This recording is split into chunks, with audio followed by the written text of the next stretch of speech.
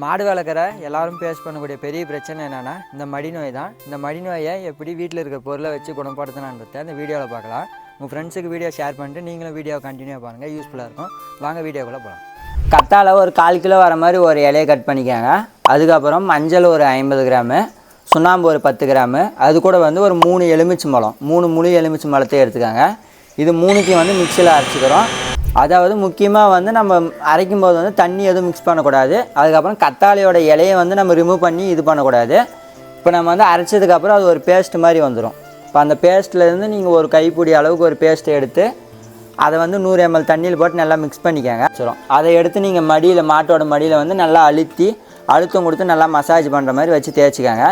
இதை நீங்கள் ஒரு நாளைக்கு 3லேருந்து 8 டைம் தேய்க்கணும். இதை நீங்கள் கண்டினியூவாக 3லேருந்து 5 நாள் வரைக்கும் இதை ஃபாலோ பண்ணணும்.